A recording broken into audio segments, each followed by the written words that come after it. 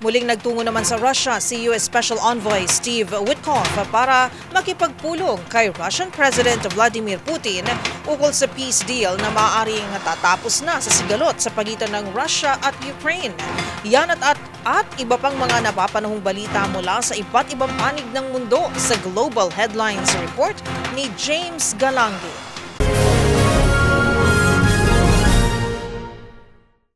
Balita mula sa Russia, nakipagpulong si Russian President Vladimir Putin kay US President Special Envoy Steve Witkoff para muling simulan ang negosasyon ukol sa usaping pangkapayapaan sa pagitan ng Russia at Ukraine. Ngunit bago pa man magsimula ang pagpupulong, una na kagad binalaan ni Putin ang mga bansa sa Europa na hindi nila umano kakayanin ang puwersa ng Russia kung sakaling maghamon man ito ng digmaan. Yan ay matapos tutulan ng European powers ang inihaing 28-point peace plan ng Amerika na anila ay malaking problema para sa Ukraine at mga bansa sa Europa. Sa ngayon ay wala pang detalye ukol sa resulta ng pagpupulong pero pagsisiguro ni Witkoff ay naging maganda umano ang naging usapan nila ng Russian leader. Samantala, balita naman mula sa Brazil, nagulat ang marami ng biglang akyatin ng 19-year-old na lalaki ang 6 na metrong safety fence para puntahan at malapitan ng mga leyon sa Arruda Camara Zoo Botanical Park. Nakakuhanan pa ang mga pangyayari na mismo ang mga leyon na ang umaabot sa lalaki na kalaunay nahulog rin mula sa puno at sabay lapain ang binata. Bagay na siya rin naging dahilan ng kanyang pagkamatay.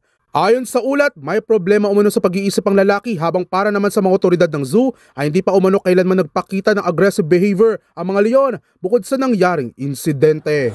Sa iba pang balita, kasado na sa December 10 sa Australia ang pag-ban sa mga teenagers sa paggamit ng social media. Kung saan ayon sa gobyerno ng Australia, ito raw umanong nakikita nilang solusyon para maprotektahan ng mga kabataan mula sa mga harmful content at online predators na nagkalat sa social media. Patuloy naman ang apela ng ilang mga kabataan na harangin ang naturang panukala na anila ay mas magdudulot umano ng pangalib sa kanila. At yan naman nakalap nating balita mula sa iba't ibang panig ng mundo. Para sa MBC TV Network News, ito si James Galangi ng DZRH TV, una sa Pilipinas, una sa Pilipino.